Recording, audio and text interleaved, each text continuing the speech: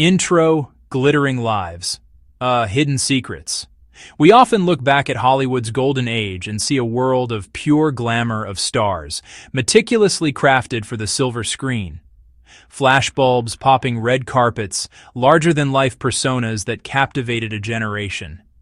But behind the velvet curtain beneath the carefully constructed images lies a different story.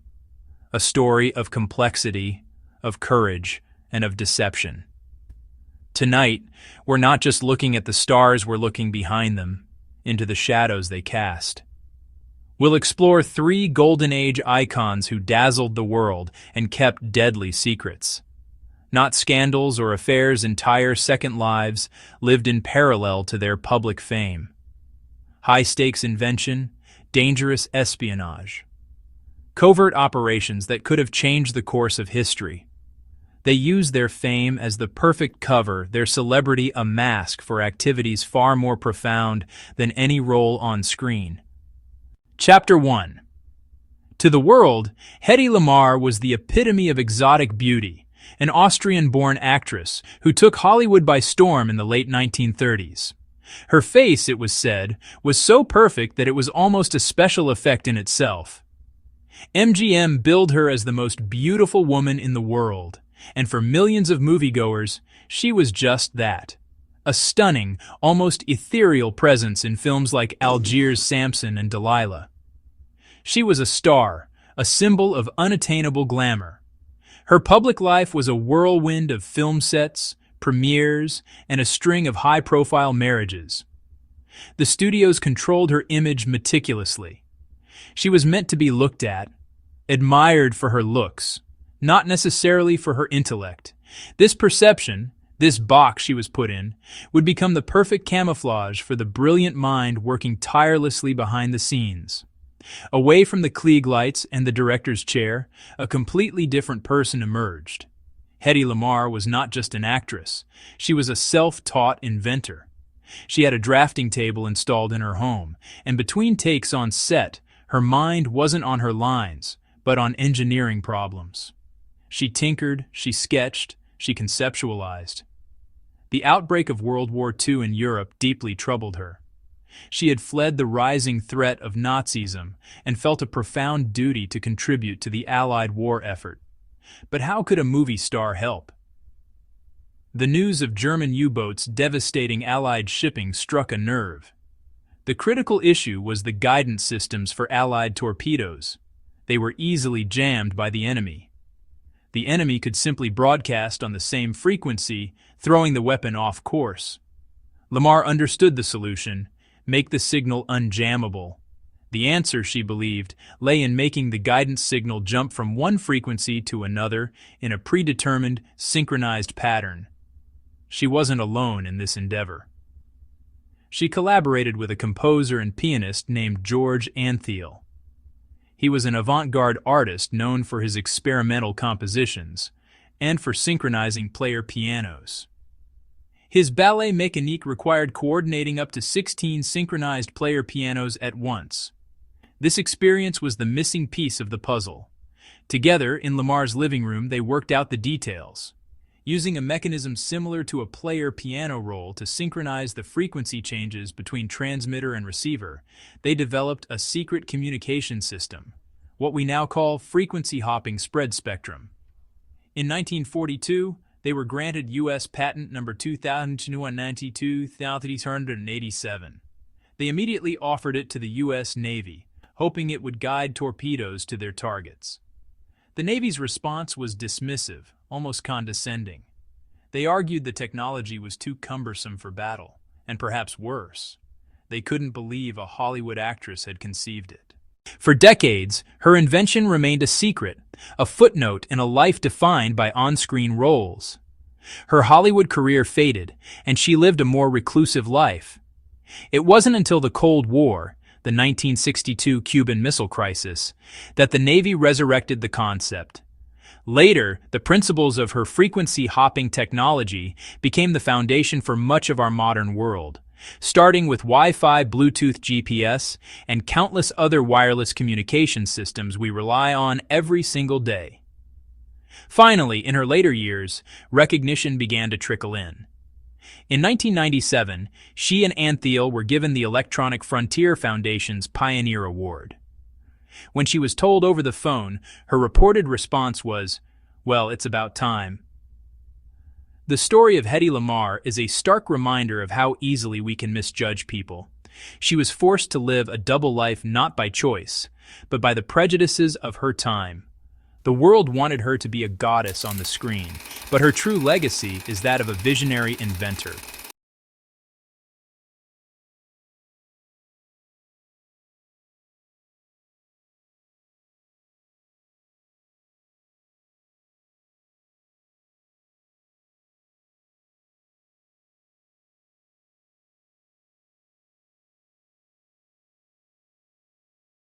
Chapter 2.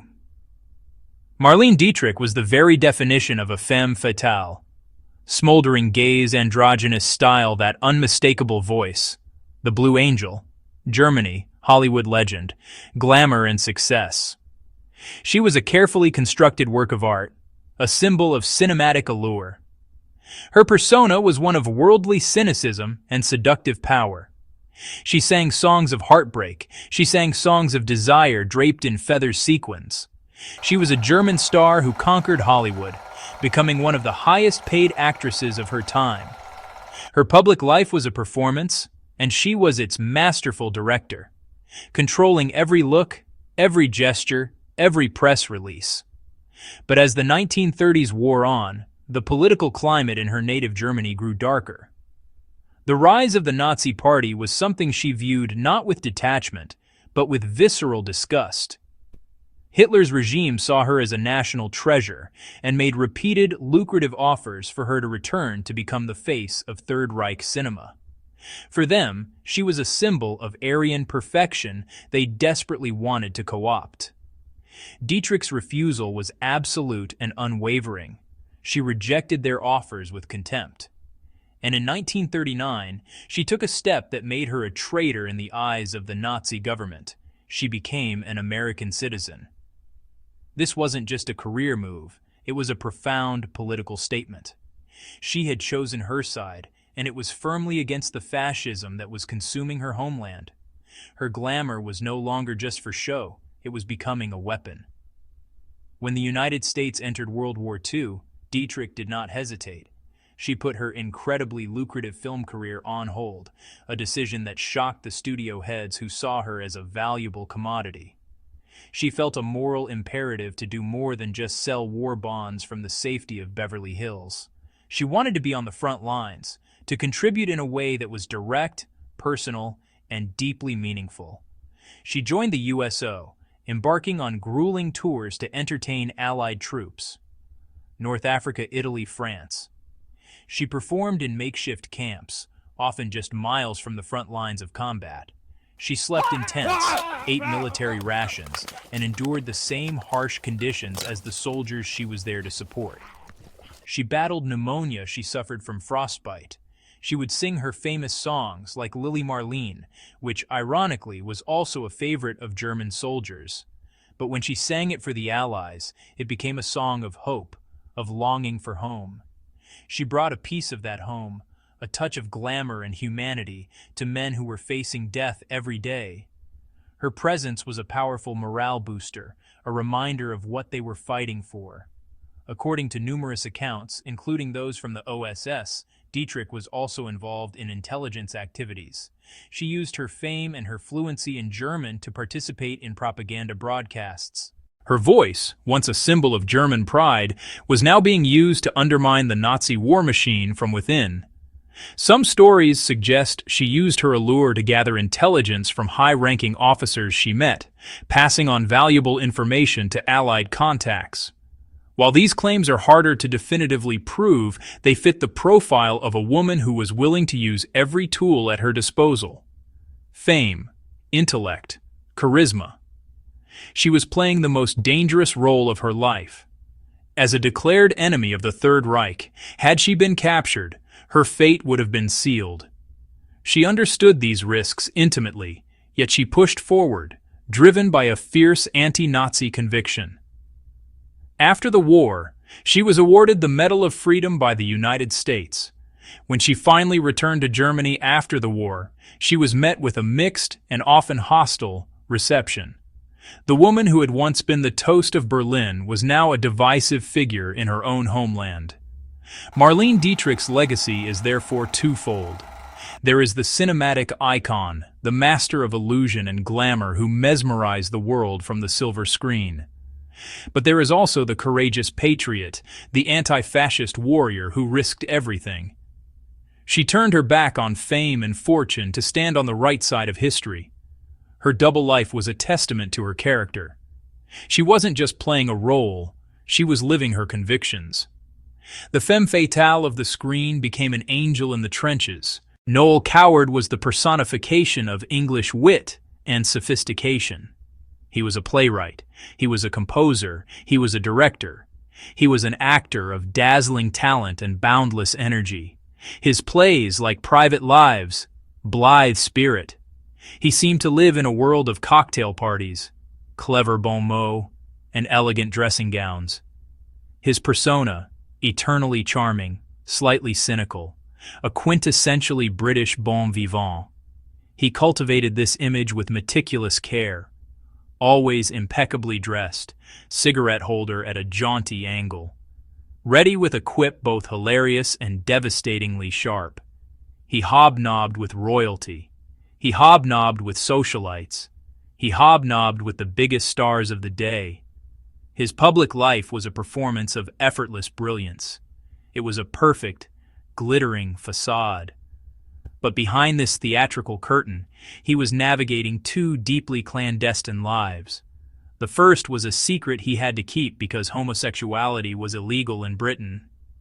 He lived his personal life in the shadows, relationships kept with utmost discretion to avoid exposure, blackmail, or prison. The breezy nonchalance of his public persona was, in part, a survival mechanism. This experience of managing information may have prepared him for his second, even more secret role. In 1939, at the behest of Sir William Stevenson, intrepid, Coward was recruited into British intelligence. His mission: use his fame and travels as cover for propaganda and intelligence work. His celebrity was the perfect cover.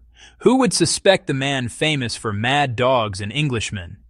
He could travel the world, meet with influential people, attend high society gatherings.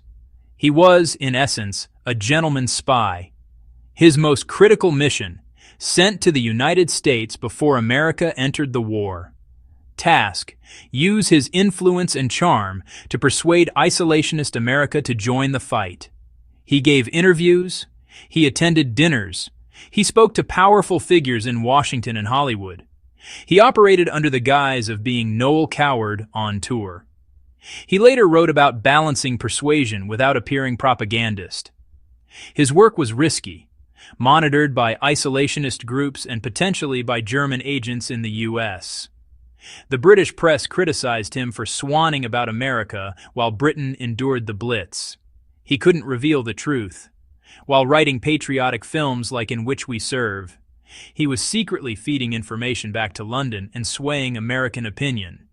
He fought the war on two fronts: public hearts and minds, and the shadows of intelligence. After the war, his contributions remained largely classified. He returned to life as a celebrated playwright, the secret of his wartime service locked away. He was even on the Gestapo's Black Book, marked for arrest upon invasion. Decades later, declassified documents and memoirs revealed the full extent of his involvement. The revelation added extraordinary depth. Master of the stage, master of subterfuge. Noel Coward's story reveals hidden courage and profound patriotism beneath layers of wit and theatricality.